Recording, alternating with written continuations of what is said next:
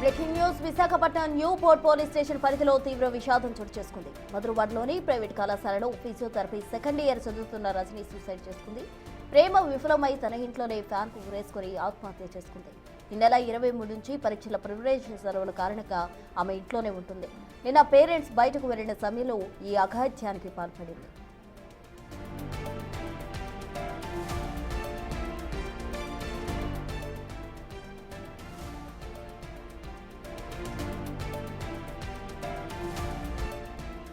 బయటకు వెళ్లిన తర్వాత రజనీకి ఫోన్ చేశాడు తండ్రి సత్యం. రజనీ ఫోన్ ఎత్తకపోవడంతో అనుమానం వచ్చి పక్కింటి వారిని చూడమని పంపారు.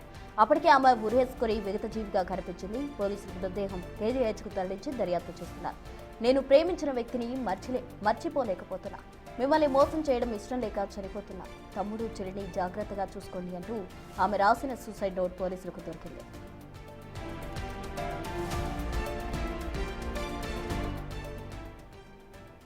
సకలో యువతి సూసైడ్ కు సంబంధించి పూర్తి డీటెయిల్స్ మా ప్రతినిధి రాజు అందిస్తారు. రాజు చెప్పండి, ఆ యువతి ప్రేమ విఫలం కావడం కారణంగానే ఆత్మహత్య చేసుకున్నట్టు కూడా పోలీసులకు ఒక సూసైడ్ నోట్ అయితే దొరికింది. అందుకు సంబంధించిన కంప్లీట్ డీటెయిల్స్ ఏంటి రాజు?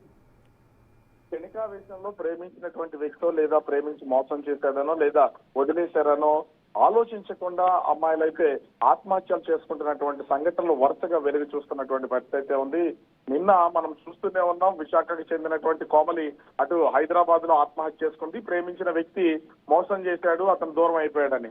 ఈ రోజు చూస్తే అదే రకమైనటువంటి ఆ case Visakha new port police station పరిధిలో కేసు నమోదైనటువంటి పరిస్థితి అయితే కనిపిస్తుంది.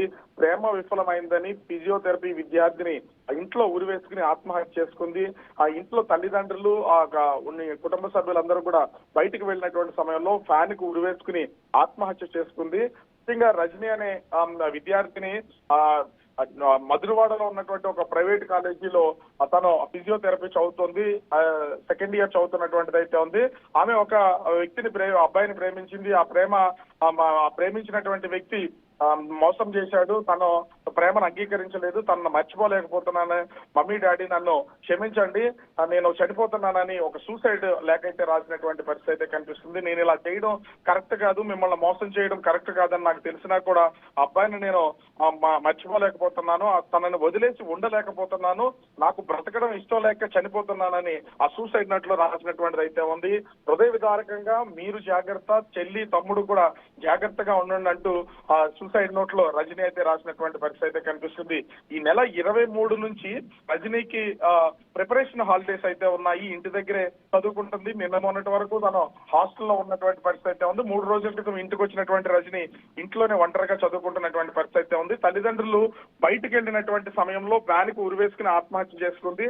అయితే ఇంటి నుంచి బయటకు వెళ్ళినటువంటి తల్లిదండ్రులు కుటుంబ సభ్యులందరూ కూడా సాయంత్రం సమయంలో అంటే రజనీకి అయితే ఫోన్ చేసినటువంటి పరిస్థితి అయితే ఉంది. రజనీకి ఫోన్ చేసినా, ఎన్నిసార్లు ఫోన్ చేసినా ఫోన్ లిఫ్ట్ చేయకపోవడంతో పక్కింటి వాళ్ళని ఫోన్ చేసి ఇంట్లో రజనీ ఉంటుంది చూడమని చెప్పేసరికి వాళ్ళు కిటికీల్లో నుంచి చూసేసరికి ఫ్యాన్ కు ఊరేసుకుని కనిపించినటువంటి పరిస్థితి అయితే ఉంది. విషయం తెలియజేసిన వెంటనే పోలీసులకు సమాచారం ఇచ్చారు. ప్రస్తుతం రజనీ మృతదేహాన్ని కేజీహెచ్ లో పోస్ట్ మార్టం నిమిత్తం అయితే ఉంచినటువంటి పరిస్థితి కనిపిస్తుంది.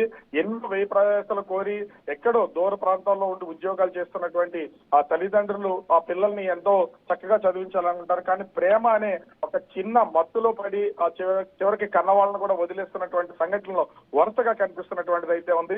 ప్రస్తుతం అయితే ఈ కేసుకు సంబంధించి పోలీసులు అయితే దర్యాప్తు చేస్తున్నటువంటి పరిస్థితి అయితే కనిపిస్తుంది. ప్రస్తుతం రైట్ రాజు, థ్యాంక్ యూ.